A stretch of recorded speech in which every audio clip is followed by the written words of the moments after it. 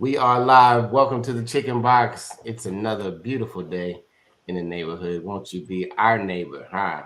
See how many people can remember that.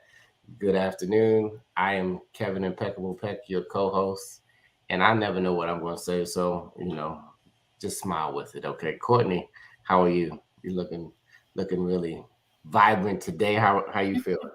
I'm feeling blessed to be alive, blessed to be here. And I'm preparing for this snowstorm. We're about to get hit with about 3 inches. All right, nobody wants to hear that. The first official day of spring, I think is Saturday. We're supposed to be springing forward, not any snow. Dr. Draper, welcome back to the box. Thank you. Good to be back on the box. I'm doing well this afternoon. I remember Won't You Be My Neighbor and a whole lot of other things as well from that era. But I'm glad that we're neighbors today on the chicken box.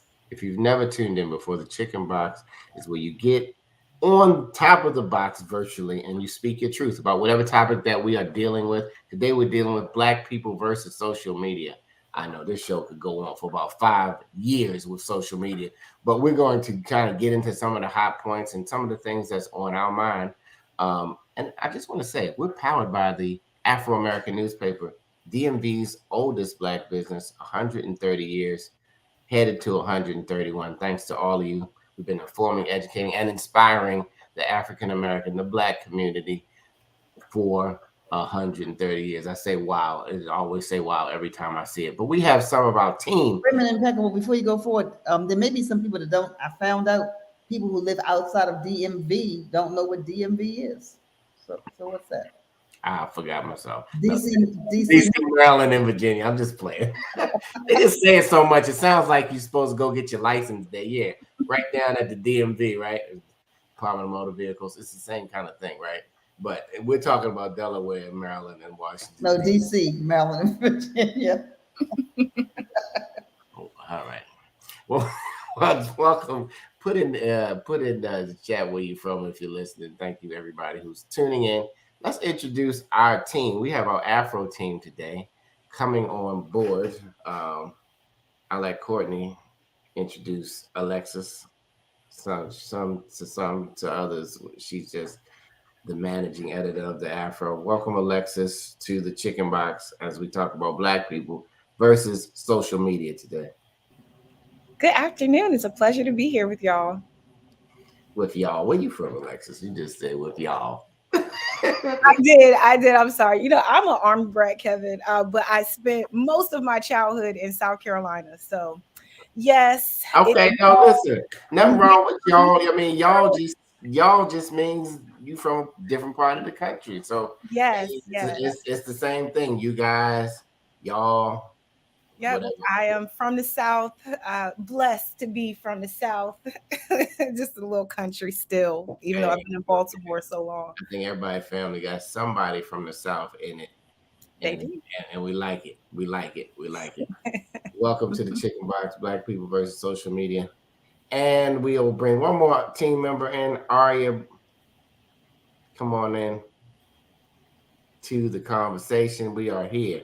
We are all here. We had the Afro team, Aria, our newest Jackson State graduate, our chef extraordinaire. Courtney, anything else you want to say about her? Our social media guru. You're gonna get us together. Courtney, go ahead. You work with her more closely than I do. Yes, Aria is also on the digital team, and she is amazing to work with. She comes with so many innovative and great ideas, and I'm so glad that she's a part of the Afro team. The Afro team looks so wonderful. Fellas, if you would like to work for the oldest Black business, we have a lot of intelligent, beautiful, vibrant Black women who are here running the show. We need just a couple more guys to come into this media world and help us out. We're gonna get right into Black people. And we have a couple of openings. And so if you are qualified and interested and you qualified, we're looking for, this is just a plug here. We are looking for a DC editor, right, Alexis? And we also have an opening in our finance department. And so you might say, well, how do I apply for those things? Alexis, what do people do? You can send your resume and cover letter to editor@afro.com. and we will review it and invite you to an interview. We're also looking for an editorial assistant. Right. Okay. And so you can do that as well. And even if you get some for the finance department, Alexis, pass them on to where they are supposed to go. But it's great being here with our team is really a super team of wonderful young women and a couple of guys. A few. We should say a few good men. That's what we are. 2, maybe 3. Anyway, listen, social media. It just popped up on us. The internet was going fine. Everything was Web 1.0. Everything was one-way information from the website, just shouting out to you, giving you information one way, and then social media hit the scene.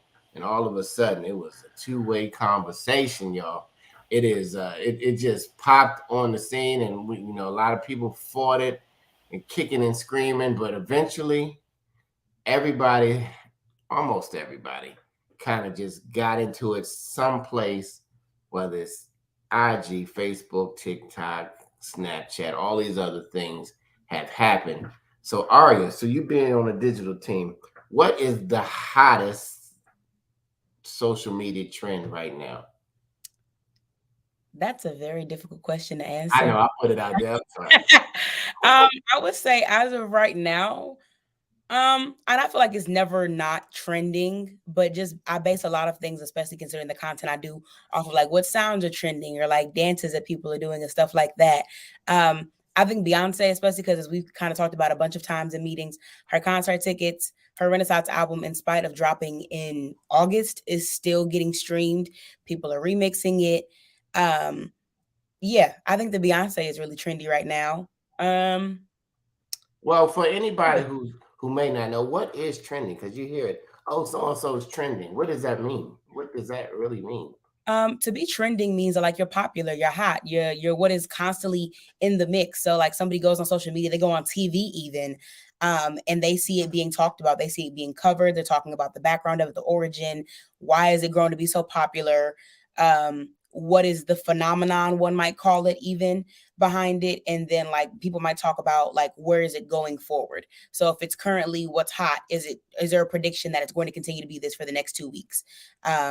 Like I said, is that the time frame for trend? 2 weeks is. It depends. It depends on like what it is. So like food trends kind of fade out in like 3 weeks. Like after everybody and their mama has done a variation of whatever the recipe might be, it fades off of TikTok. People forget about it until somebody might revive it by doing a different version of it. Music seems to last a little bit longer, actually, depending on the genre. I think that pop music stays around less than R&B, because what's happening is a lot of people are discovering old R&B and like, oh my gosh, have y'all heard this song? Or like they're remixing it. And I'm like, you have never heard Pretty Brown Eyes by Mint Condition before, but because you sped it up and chopped it now, it's supposed to be a trendy song. Like, y'all are late. I don't know. It's a lot of people discovering stuff and it's not really what it is. So it's nothing new under the sun, right? The trend is the new discovery zone. I'll go over to Courtney. And guys, you can live almost anywhere and still work at the Afro. I don't know why I'm on this Afro career day today, but Courtney is coming to us from Chicago. Courtney, what comes to mind when you think of Black people versus social media? I agree with Aria. I think like audios, different like audios on Instagram, people will like remix it. So with Beyonce, there was like the Cuff It song, and then they did it with like, that song by Twista, like Wetter, and they like merged it together. So that one was like so cool. And then people would do like dances to it. But I also see people doing like a lot of skits. So someone will like create an audio for it, and then people will like go on and like act it out. So they'll use like stuff. So I saw one from like ATL, the movie, the part where Rashad was like confronting the plug. I'm gonna say the plug. So that one, that's trending. So people will just take like different like snippets from movies, and then they will like reenact it. So that one's really cool to see too. The plug. You guys use so much slang around here. I mean, it might be somebody who doesn't know. What's the plug? The plug is the boss man. Courtney, Don't do the it. headman. Do it, Courtney. Do In it. Chicago, I guess. The person who the connect. You go. The plug could be anything. You know, you could be the plug on digital media. You know what I mean? That's how I take it. We're not gonna go there, Alexis. We're not going to the wire or any of that stuff today. Alexis Taylor, our managing editor. You get every story come across your desk. You can't look at them all. You see things happening on social media. Biggest story, I think, of the week would be Chris Rock coming to Baltimore. You guys, everybody, we got to talk about that for a second, because even if you did not see it, all of these clips started coming out on social media. Alexis, what came across your desk about that? Or did you see it? You're on mute. You're on mute. Yes, I know. I'm gonna order my "You're on Mute" mug any day now.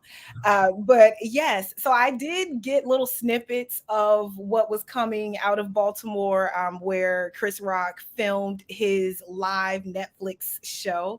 And so I think the funniest thing that I heard was him talking about how he watched Emancipation just to see Will Smith get beat. That was something. I saw that clip. But no, I think for my own socials, it's a little bit different. My algorithm is a little bit different. So for me, I think what I saw most was stuff about the unfortunate case that happened in Mexico with these 4 Americans from South Carolina. So I think that's probably why that was in my feed a lot. That, and then just different court cases that are trending right now, that kind of thing. But I think the word algorithm, your algorithms play. I wanted you to get into that, but go ahead. Yeah, they play such an important role in your social media experience. And if you aren't really into algorithms, or if you don't care, I would say just go through your timeline and see what is coming, what's populating through your timeline. And then I will challenge you to maybe mute some things, or and when I say mute some things, I'll just say it outright. A couple of years ago, I just noticed that my timeline on social media was like real ratchet. It was a little ghetto. It was not very positive, and I was trying to be more positive. I wanted more, affirmations in the morning, not fight videos. And so I went through and I deleted a whole bunch of accounts that I was following at the time that were a little bit more spicy, a little more ratchet. And immediately, when I say immediately, my entire timeline changed from stuff that you would see, on Love and Hip Hop, and just more, more low vibrational posts. Those posts immediately disappeared, and I immediately saw my entire timeline change to Bible verses and inspirational quotes and memes that were talking about mental health and things like that. So I will say that your algorithms really do play a big part in your social media experience. I see people all the time who are they're making angry posts on things, and it's you realize your algorithm at this point is just feeding you stuff that you don't like because you keep commenting on stuff you don't like. So I know it's not time to get on the box yet, but no, listen, the box can always slide out anytime. Because this is the place where you speak your truth. If you just tuned in, this is the Chicken Box. And I didn't even say it. If you're not from the Baltimore area, a chicken box, 4 wings, fries, real greasy. Usually a box that flips up, but they put it in the styrofoam. Sometimes the chicken's too hot when it's in the styrofoam, and the styrofoam melts. But anyway, you're gonna get some salt, some pepper, some ketchup for me, hot sauce for others. Some people just like it plain, but it's gonna be greasy. It's gonna be good. If it's lunchtime for you right now and you haven't eaten, you're probably hungry right now. But if you're tuning in, next time you're in Baltimore, I don't even know why I keep plugging Chicken Box. The Afro's gonna buy a chicken box, and then I'll plug it. Then you can come stop by the Afro's Chicken Box and get some chicken when you're in town. Dr. Draper, welcome to the social media conversation. The different generation. I'm sorry again. This is a multi-generational show. The Chicken Box. I represent the Gen X. Aria, what millennials, Gen Z? Where you at? I'm Gen Z. Gen Z. Courtney. Yeah. Gen Z. Alexis. I am a millennial. All right. We got a little cross thing, and Dr. Drape, I know you are a hybrid, but go ahead. Yeah, I'm a millennial boomer, but I think I'm a Gen Z boomer too sometimes. All right. So what are the millennial boomers? What do they think about social media? Well, first of all, let me say this. Here's where I think we sometimes get off track, and I'm glad when you raise this is a multi-generational show. We put people in categories and then we hold them to those, right? As if the guardrails work for everybody. And so I say that I'm a millennial boomer or a Gen Z boomer because I keep up with all the social media. I have all of the accounts. I'm pretty active on social. People make the assumption that if you're a boomer, you're not on social, you're on a typewriter or something, right? But that's not the case with everybody. Or we say, you know what? Folks of a certain age are all on Meta, right? All on Facebook. They're not on IG. They're not on TikTok. They're not on Snapchat. They're not using Chat GPT. They're not doing all those things. That's not true either. So it's stereotypical. Neither are all Gen Zers just making crazy videos and posting them on TikTok just for the likes, right?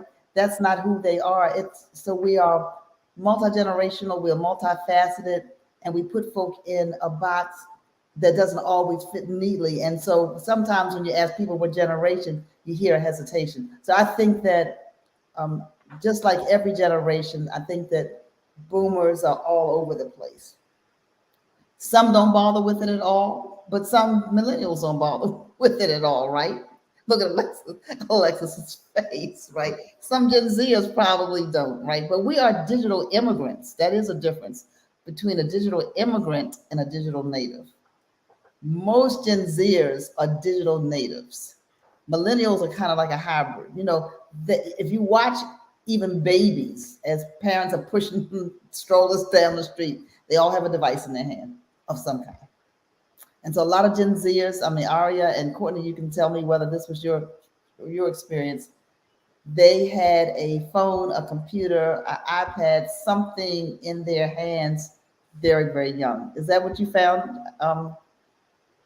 Let me talk to the Gen Zers. Did you all how early were you introduced to a device? I remember like the first piece of technology, if you would, that I got was a Leap Pad. Which was like that device where you plug like a book in and then like it had a pen, you would follow along and it would read the story to you. I didn't touch my family's computer. Mind you, my parents kept it in their room. I didn't touch my family's computer until I was like 10 or 11. I got my first phone at 12. And it's kind of been there. I had a Kindle. It was a Kindle Fire, so I could read.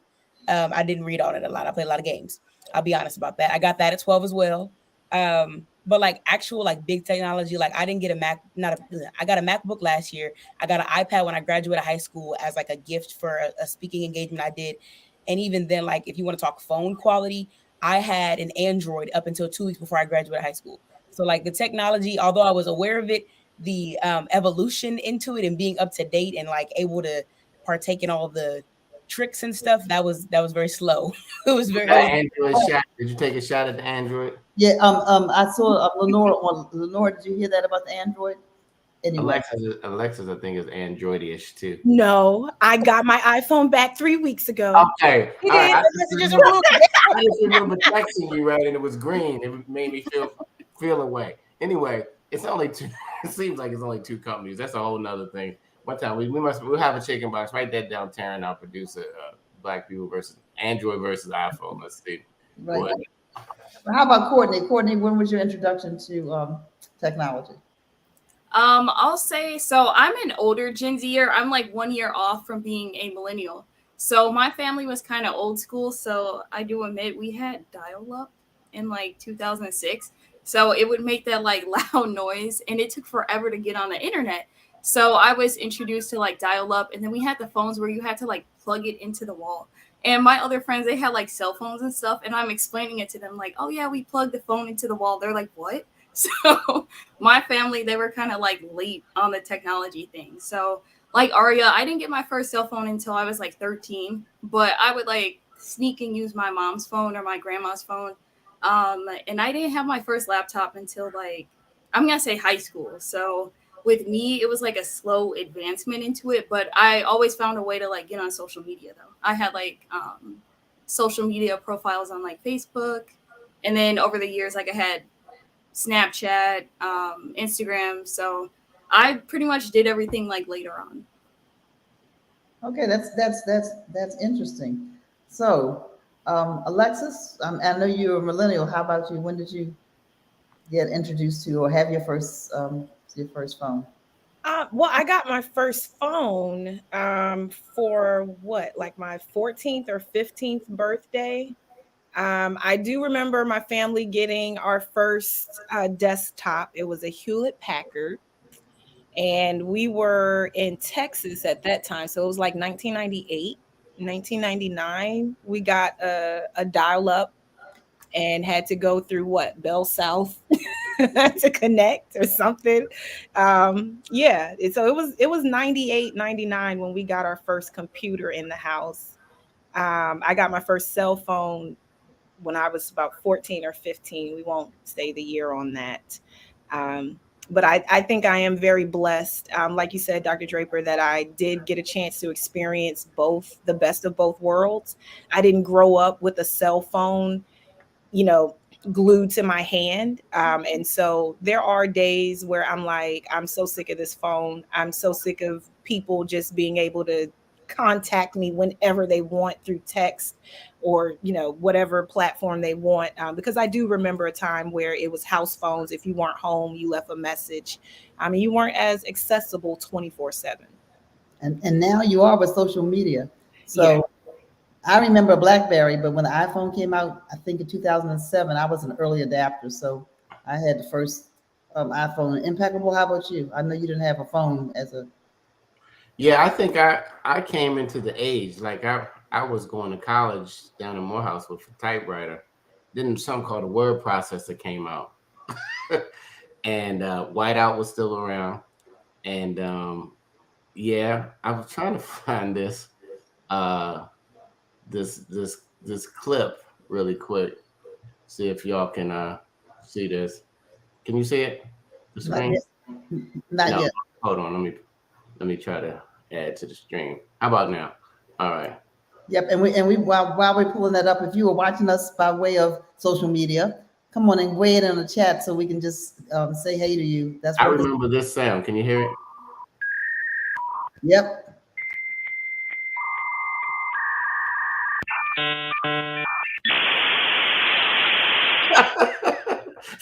That's how far I go back. And if you don't know that sound, you didn't live. But if you in the Gen Z, you remember that sound. Oh, it's getting carried away. Right. So you can find anything on the internet, but I mean, I evolved through it. I started gaming online. I like Bonnie just said, you've got mail. That was that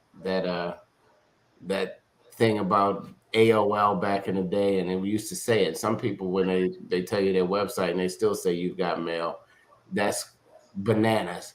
But I've always been kind of a techie. But I used to play Madden football with dial-up.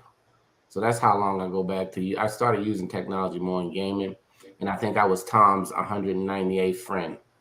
If y'all don't know who Tom is started MySpace. Goodness. Well, speaking of technology and how it's growing, we're talking about Black people versus social media today versus tech. And so thank you for all of those who are tuning in. Put your comments in the chat. Speaking of chat, let's talk a little bit about ChatGPT. How many of you are using that? Aria, are you using ChatGPT? Well, you want to say what it is first before? Yes, ma'am. Okay. So from what I was told, just because I'm aware of it, but I'm not especially into it at this particular point in time, ChatGPT, excuse me, is like an AI service that helps you do anything. So if you need a poem written, if you need an article written, if you want to write an essay or whatever, you tell it like the specifics of what you want. So I want it to be about this. I know earlier you were mentioning like if you want a poem that sounds just like Maya Angelou, it'll like speak it to you as well, and it'll do it. It's AI. It's artificial intelligence. I have yet to use it. I was taking an Uber somewhere and my driver was telling me about it, and I'm not gonna lie, I thought he was blowing smoke up my tail. but apparently it's a very real thing from what you and a bunch of other people have said. So I need to hop on it. I need to get into the Chat GPT era. Right. I've been on it for about a month. So let's do a little social test. Let me see if I can add it to the stream. It's probably not. Is it? Do I need to make it bigger a little bit? Yeah, a whole lot bigger. Yep, Okay, hold on. Let's see. How about now? oh, that's much better. Yeah, I'm on Chat GPT as well. Go ahead, Kev. Okay, so you can start a new chat, right? Let's give me something, Courtney. Aria, since you thought the smoke was blowing in the car, why don't you ask it to do something anyway? Anything. Give me a poem about Black love in the voice of Eddie Murphy. Typing is not my strong point, but we're getting there, people. In the voice of who? Eddie Murphy, she said. I feel like singing the Jeopardy theme song. All right. Oh, first of all, I don't know how to spell poem. Right? Put my glasses on. Poem about Black love in the voice of Eddie Murphy. Okay. So you would just hit this arrow like send, and can you guys see that? So now, yep. So now they're writing the poem. You all see it?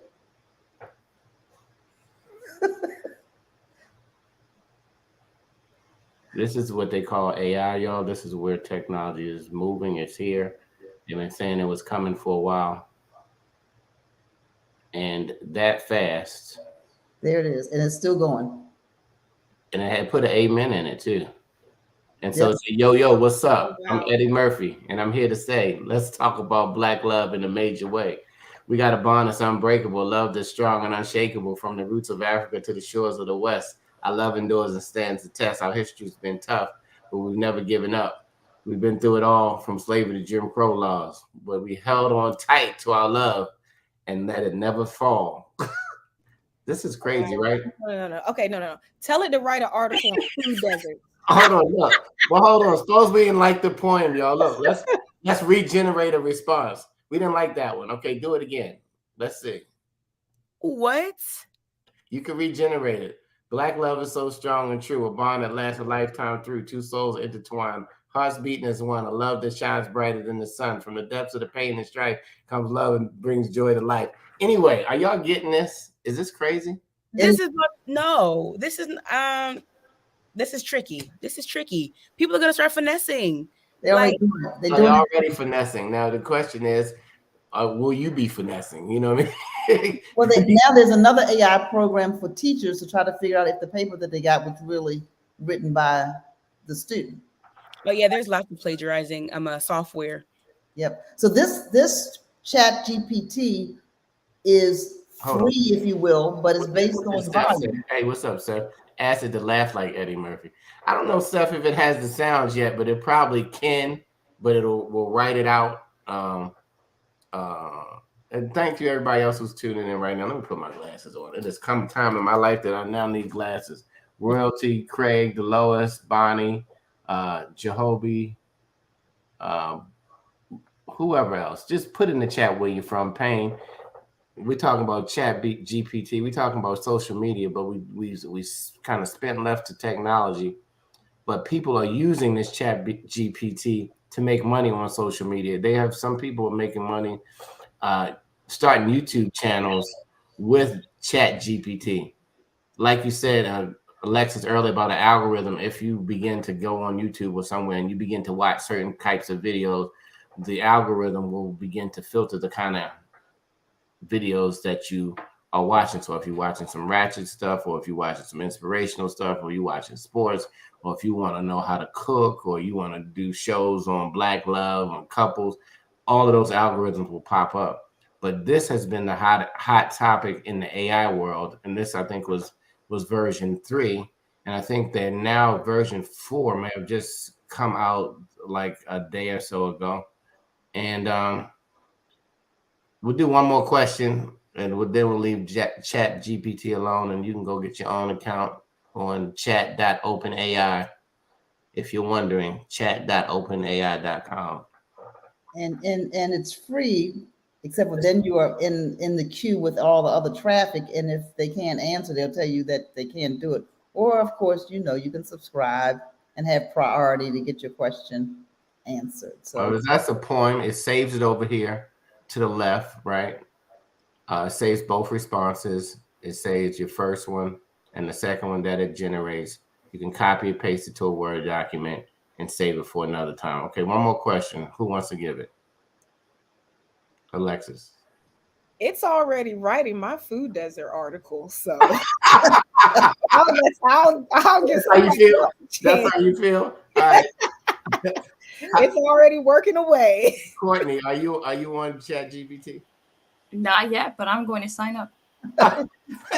Okay, give me something. Last thing, or does somebody put something in the chat? Can it give like recipes?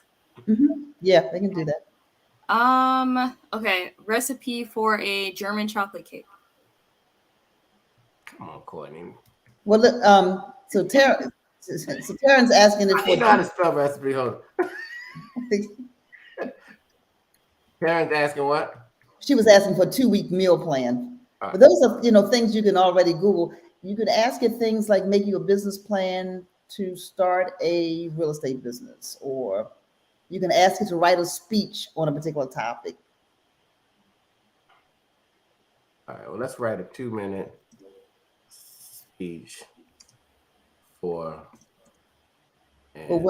Let's see what it do for 6888. I want to see what it pulls like that. Yeah, I did that right now. It is only programmed to 21.3, but you see this button here.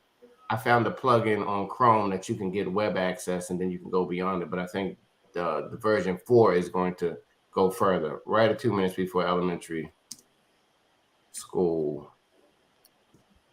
graduation. Did they graduate from? Yeah, they graduated. Like kindergarten. Hey, y'all are asking me to spell. I need to spell GPT, okay? Or science. Do like a science lesson. Oh, okay. All right, here we go. And you're asking to write up a science project for you. Oh, that's right. You got this. Can you see it? Uh-huh. Dear students and faculty and families, today marks our special day in the lives of our graduating class. It's hard to believe that just a few years ago, our little ones were. Oh my goodness. This is. All right. This is insane. There we go. Look at that. It wasn't even long. It was lastly, always remember that the values we have instilled here at our school, respect, responsibility, and resilience are traits that will serve you well throughout your life as you leave elementary school and go to middle. Okay? All right. I see why this is a problem. It's a problem, y'all. Why Okay, so to me, this is a problem because, like, as a person who does public oration and who has had to put the time into doing like speeches and poems or whatever else, for this to just automatically curate it is crazy. People are getting off. This is, like you said, people are already finessing, but like, oh my gosh. And it's quality too. Like these are not bad speeches. No. These is look, fellas, if you have no game, just go in and write your game up. Okay, write your game plan. See if it'll do pickup lines. All right, pickup lines. All right, we're getting carried away, but everybody's having fun. But look, we're just trying to say where it's going. And the thing about it is everything is a tool. So you got to understand the tools. And we, as the African-American community, we need to be on it early, right? We need to be there from the beginning, not at the end of it. And then we got to figure out how to monetize it, how to make our life better, how to, you'll be able to once you get, sometimes you just need something to spark the idea. And then you can rearrange the story. You can put it in your own voice. Okay, pickup lines for who? I don't know. Just pickup lines, I guess. For men, let's see what it says. We'll pick y'all up. Pick us up. All right. If you just tuned in, this is Black People versus Social Media versus New Tech. This is the Chicken Box, powered by the Afro-American newspaper, 130 years of being the oldest Black information media company in the country and the oldest in the world. I'm gonna put it in the universe. All right, we're here. We have another prompt for our new AI friend. Write pickup lines for men. Sure. I'm gonna be the voice. All right, excuse me, but I think you dropped something. My job. You're a magician.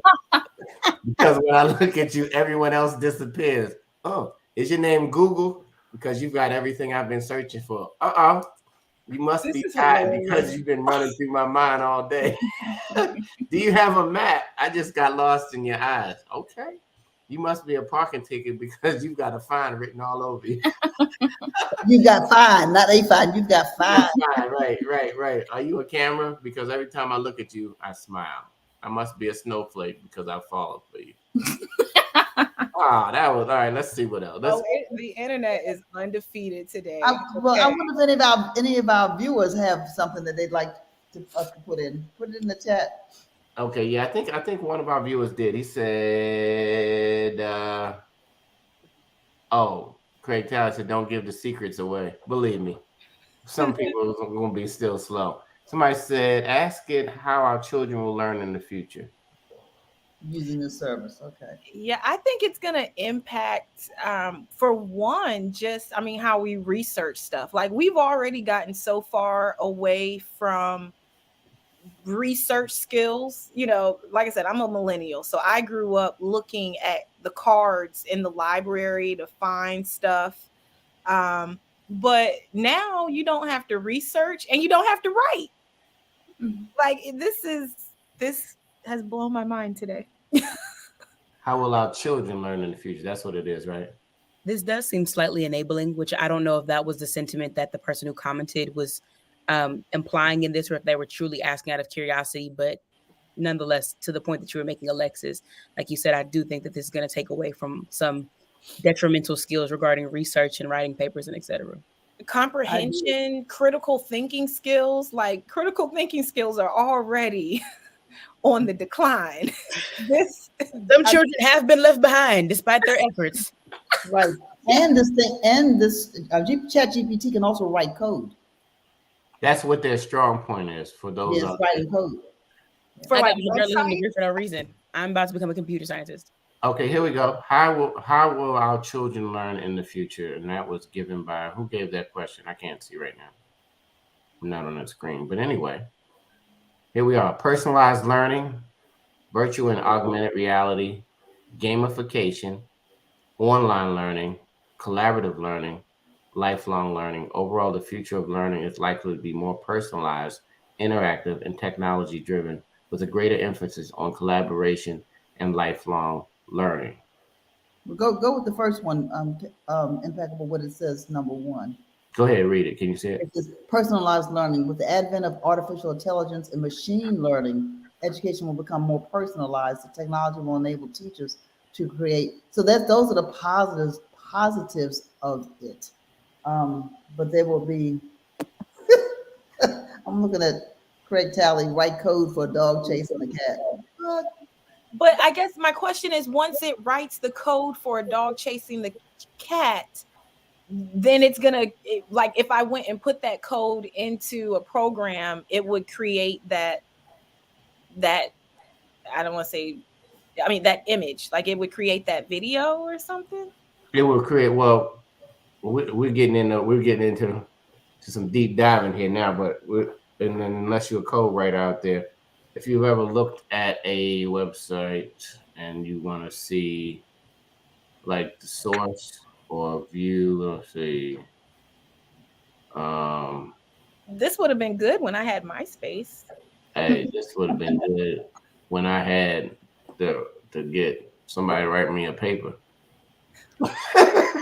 And I think it's like anything else. There are going to be some positives to it, and there are going to be some real challenges, especially for teachers and for the things that Aria, you said, Alexis, you said, the critical thinking pieces. And just to verify the information, just because you tell this thing to write it, they're pulling this data from Google. They're just pulling all kinds of resources. Now Well, I found I mean, they're not pulling it all from Google. They're pulling it from everywhere. from all the information from all. Oh well, from the internet pretty much. And when it came out, Google hit the fan because all of a sudden somebody was ahead of them. So much that now Bill Gates owns it. I think Bill Gates bought ChatGPT, which he got his one up. And this is the fastest growing thing, I think, say on social media. It had over 1 million users in 5 days, I think, when it initially came out. I don't know what the stats are up to now, but that was the beginning. So if it like writes an essay, does it include citations with it at the end? Because I know professors, they want to see like your citations. Not always. It'll just give you the information. And now it's going over to Slack as well. Slack just announced yesterday that they're going to be using ChatGPT in Slack. See, all of your things that you put in stay over there, and you can build on a topic like future learning. I don't know. And sometimes it'll be like, what'd you say? Write a short essay. Taryn said, "Oh, Terrence said, right, wedding vows." I'm gonna write a short essay on wedding vows. well, how about just writing wedding vows? Period. Well, Courtney wanted to see did it do Let's see. the quotations. Yeah, like a works cited page. I don't think it get now. I don't think Do you think if you specify for that, Okay, then hold it'll on. be- Yeah, let's stop. You can stop and see that. You can go edit your query, I think. But it was doing it. It was writing an essay about Write a wedding. short essay on wedding vows, quoting your sources. Okay. Here's the key, guys. Everything that you want to know in life is a question that'll unlock all of the answers. But you have to know the right question to ask. And a lot of people haven't gotten even to anywhere they want to be in life is because they haven't learned to ask the right questions to get to the answers they're looking for. But the answers are already there. Write a short essay on wedding vows, quoting your source. Save and submit. Okay, here we go.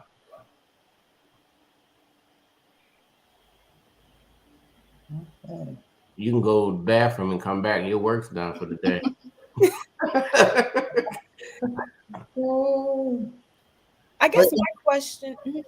it's not always. Some There- times, though, it's not. There it Always. is. According to survey conducted by Wedding Wire, a leading website, they're quoting some sources right now. 44% of couples opt for personal vow. Okay. What? All right, your editorial team need to crank out a bunch of more stories now. Look at this. And poet- Answers. I was gonna say, hold on there. Hold on. We finna get on it. They're quoting the poet and everything. Wow. Oh, Wow. You guys seeing this online? Man, this is the new AI. Alicia says, I believe the technology will make individuals lazy. Yes. They still got to know the right questions to ask. I mean, in a way, it just makes you more productive. Like the guy who invented the wrench to take the screw loose, before they were trying to do it with something else, a piece of metal in their hands, and they redesigned the tool. This is just a redesigned tool.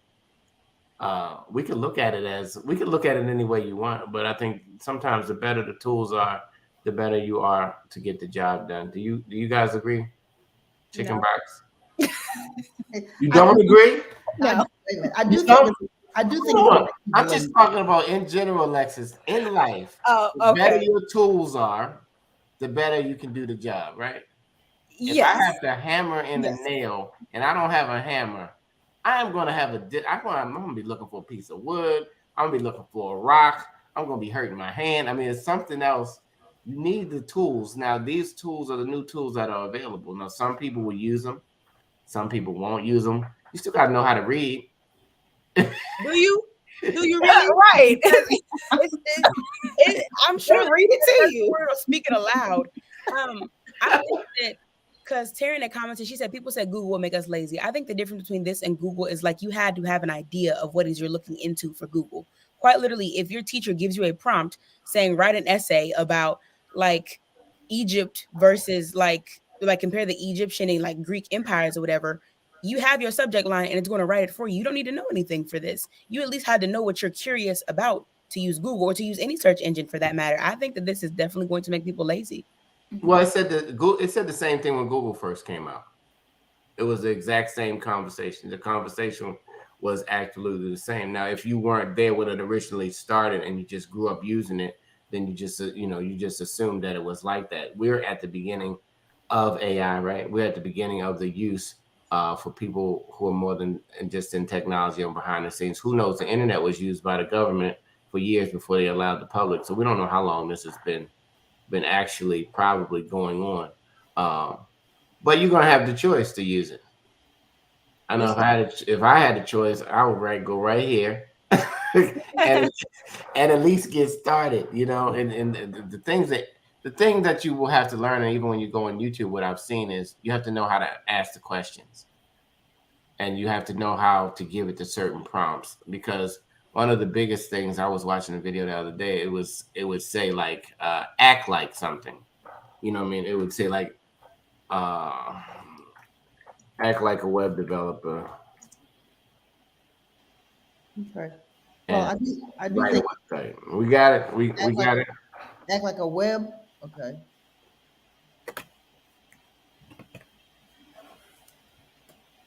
And write code for Black.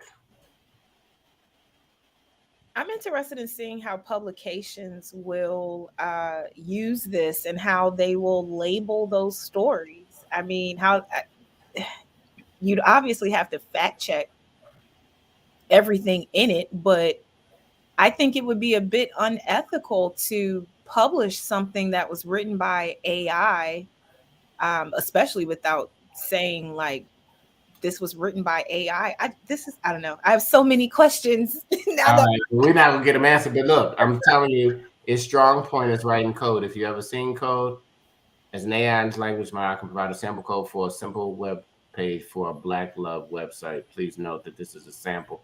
It should not be used in production without further modifications and testing. They always give you the correct answers, but here's the code for that site. After finished writing, oh wow, if you've never seen code, here it is in between all of the different containers that it's coding. But as you can see, the beat will go on. Wow, let's get off this because I'm getting carried away. Anyway, this is Black People versus new tech, social media we were talking about. But social media is going to change. But let's get back, as we have about 13 minutes, back into the social media realm. And I know different generations, we're represented by different generations. Our viewers and listeners are represented by different generations. And the younger generations would say that Facebook was for what? For Gen Xers. Initially, Facebook was jumping, but now it's definitely an older people's crowd. Oh, but yeah, they say my kids used to say Facebook are for the old people. I was like, wait, these old people feed you, make sure you got a house. What'd you say, Courtney? Are the platforms generational or all gens on all platforms? I would say all gens are on all platforms, but each generation like uses a different one for like different purposes. Like I agree with Aria. The older folks are on Facebook, and I think the younger people were more on like TikTok and like Instagram and Snapchat. And I guess like everyone uses LinkedIn, but also on Twitter. I've seen like a mixed crowd on there. Like everyone just goes on there to like give their opinion. So I say it's a mix on that one. All right, what is Twitter for? But it used to be what you're doing now. Is that the same? It is a little bit. So Twitter at times, I'm sorry, I'm trying to plug in my laptop as I give this. We'll come back. Response. It's kind of confusing because it's like Oh, hold on. Can you guys see me now? Am I good? We can see you. You're frozen. Okay. Okay. Are we good? Are you trying to play with us? Are you joking with us? No, I had a technology problem. The young person is having a problem with technology. But Twitter, I found, is kind of weird because, like, at times it can be very fun and lighthearted. I think we talked about before, like Black Twitter, and the fact of, like, once you make it to the space, there's no way to get there. It's not a hashtag. You just make it there when you do. That's its own thing. But then Twitter can also be very political. To further Courtney's point, I do think that it's a very mixed crowd on Twitter. There are other sides of Twitter where you're like, how did I get here? It's for everybody if you make it that way. Okay, and you'll read that sometimes a tweet gets people in trouble. Alexis, speak on it. Yeah, I mean, as far as what platform I use the most, I'm not gonna say I'm an old person. Like, I'm not old, but I am on Facebook or Meta. Nobody says Meta, okay? Meta, Right. Nobody says Meta. They lost with Meta. Like they thought that everybody was gonna go into this metaverse and just be in the house and create alter egos. It didn't happen yet. I'm not saying it won't happen, but I don't know. Yeah, I mean, I do see the shift. I can absolutely see why younger generations say that Facebook has been taken over by boomers. But for me, I think the platform that I like the best probably is IG. If there is a platform that I like the best, well, maybe it's a tie between IG and Facebook, because I don't like the way IG, you can't really like edit comments or copy and paste stuff. I don't know. Y'all should know that I'm an old person in a young body. Like, I told Dr. Draper I put TikTok on my phone for like 2 days to help our wonderful CIAA correspondent pick out songs for TikTok, but then I deleted it because I mean, it's not something that I'm gonna be doing. Like, it's time consuming for me. And then again, I'm old. I know that I'm not the typical person in my age group, but I worry a lot about the effects of social media on my mental health. So that's one thing. I look at that, and I actually look at how much time I spend on the apps and that kind of thing. But as far as generations, who's on what the most, I do think that I really like when I see older people who are going on and being great on TikTok without me, because the things that they come up with, the things that I see on TikTok are really, really innovative. They're approaching issues like racism and microaggressions in these innovative ways, using sound clips and dances and different things. And it's like you're addressing real topics that older people are interested in, but you're doing it in such an innovative and often comical way that we can laugh about these issues. But then at the same time, it's like, well, hold on, we're talking about police brutality and it's on TikTok in a more palatable presentation, I guess. Okay, Dr. Draper. Well, one platform we haven't talked about that is very, very popular amongst all generations is YouTube. So when you look at the usage statistically, Facebook and YouTube are the highest used or most used platforms by every generation, even the younger generation. Sometimes, if you look at it statistically, when I say, I'm talking about 18 to 29. Now, for under that, you have TikTok is going like this. Snapchat, we didn't talk about that. But YouTube is becoming, is very, very popular because it's easy to use and people are looking for likes, and you can make money on YouTube. You can make money on TikTok too. I just heard a presentation this week from a young influencer. She started at 12. She's now 22. She's doing just hair and makeup, right, on YouTube. She started on YouTube. She has thousands of people who follow her on YouTube.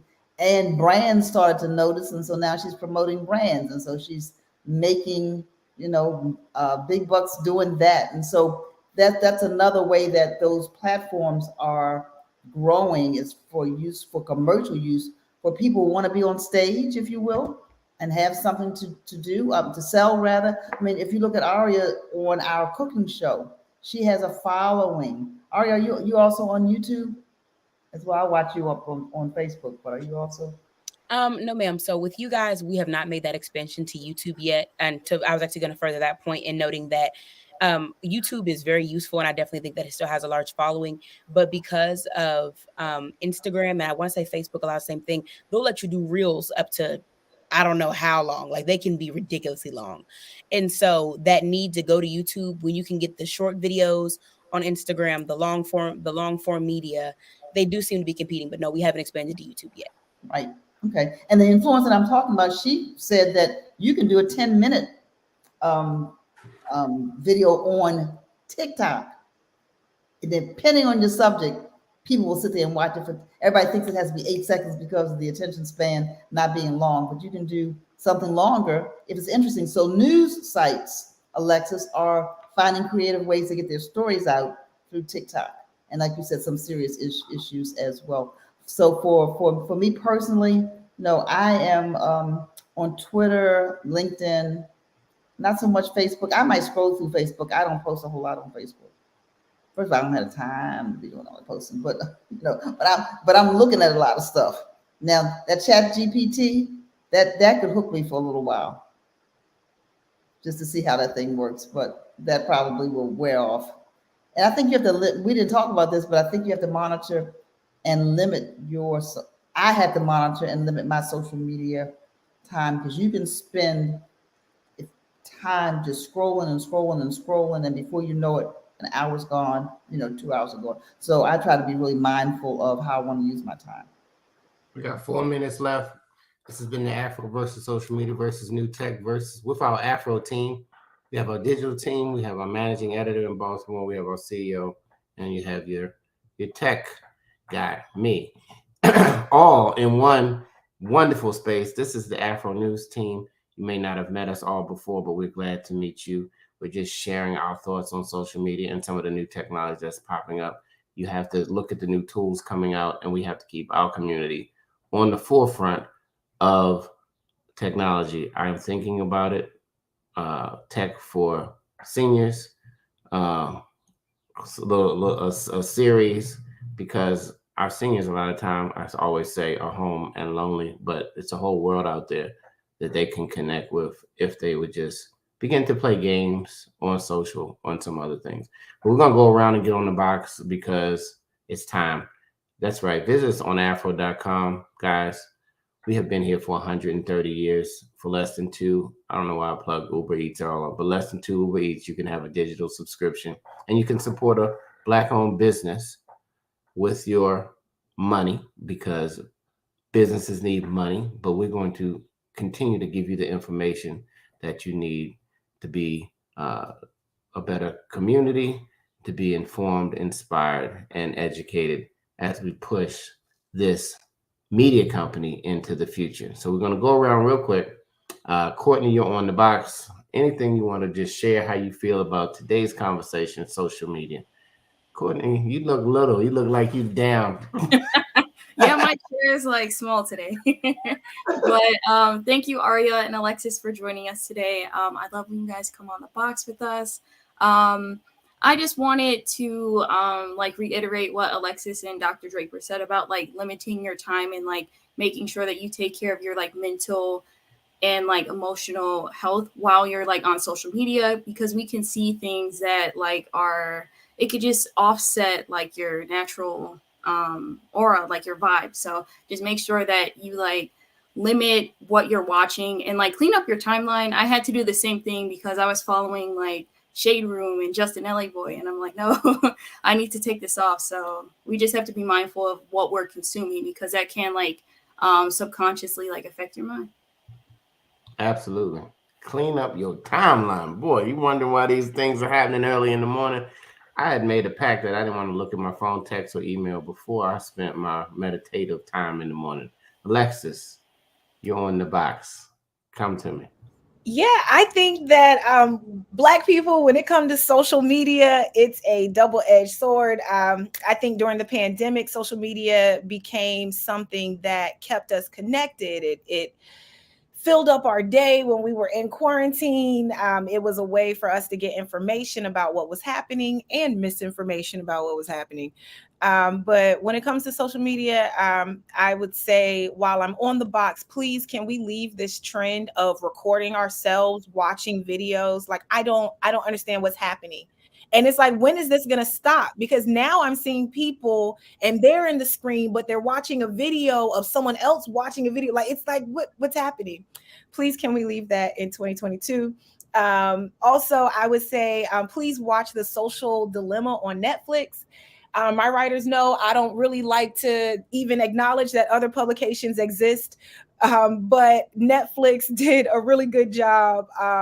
Netflix did a really good job explaining the social dilemma that has arisen out of our addiction to social media. If you have a chance, definitely check that out, because it really will make you think, rethink about the role social media plays in your life. But I told our communications team that I would be more out in the social media streets. So be on the lookout for my Twitter and more posts from me for the Afro. Get out on those digital streets. We need some more people on the street. Dr. Draper, you on the box. So Alexa said something that I was going to piggyback on. I'm gonna say it real quick. I love social media. You all know I love technology. But for me personally, when I get to bed at night, when I really want to, hang with somebody, it's not my computer. And I think that what social media has done, it's substituted for human personal relationships. And I'm going to stretch this. I have not seen The Social Dilemma, but I think some of this violence that we have and disrespect and disregard for human life comes from our disengagement from being in each other's presence. I'm off the box. Off the box. I'm gonna jump on really quick. This has been a great conversation, but I learned about some of the key principles. And social media, it's about conversation. It's about community. It's about connecting with the audience. It's just not, like, hey, here's my brand, here's my thing. It's not about shoving a bunch of salesy things in a person's face. It's about really being authentic, honest, open, I think, are keys, as everybody wants to be a brand and grow their brand, but it has to be a connection. And I think when you don't connect and you just will do anything just to get liked, it's like we've come to a place where we edit our lives. We edit everything. Before, you could just take when they took that picture with that little cardboard camera, that was it. You didn't have, but now it's like, wait a minute, give me the shoot this side. No, not this is my good side. No, shoot up.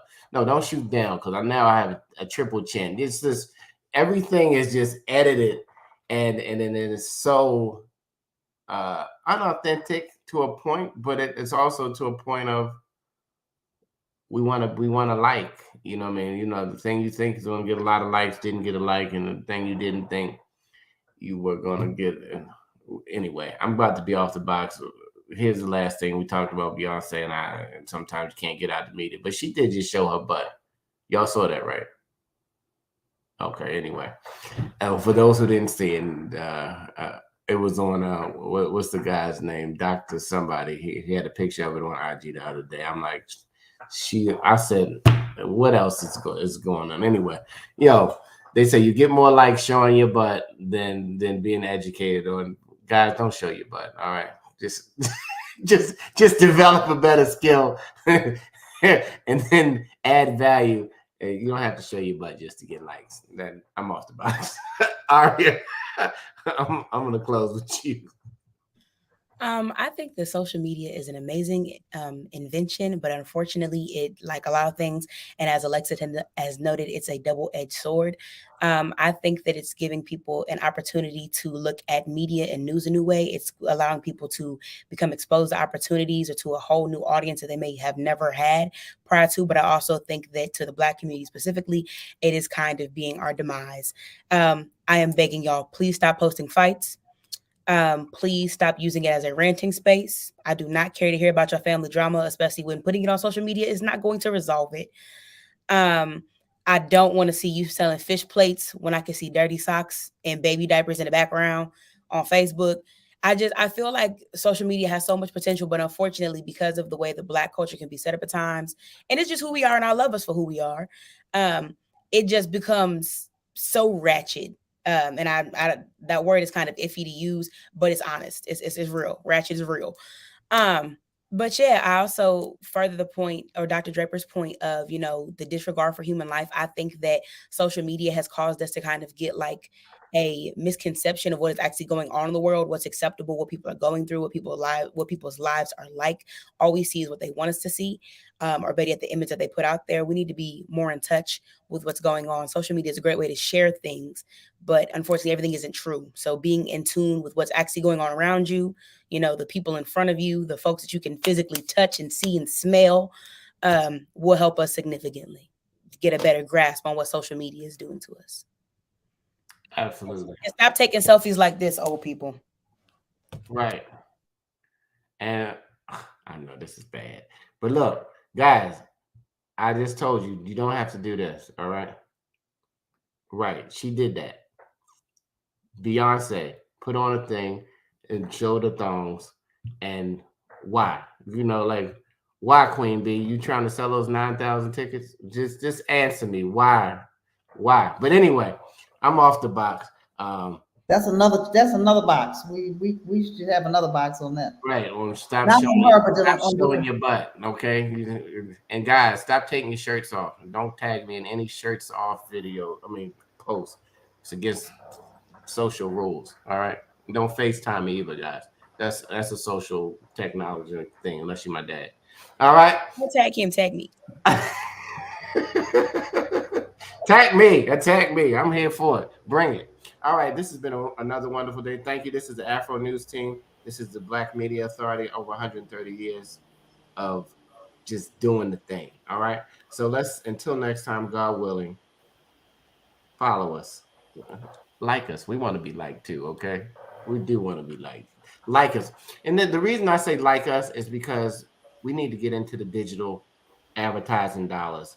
And it's based on if Black people like you, or if people like you, period, on your posts. So take time. If you want to do something, even if you don't do a subscription, write a little comment, share something that we may have done. It helps us out, and it helps us continue to lead the way in the Black community. Thank you very much. Until next week, God willing, have a wonderful day.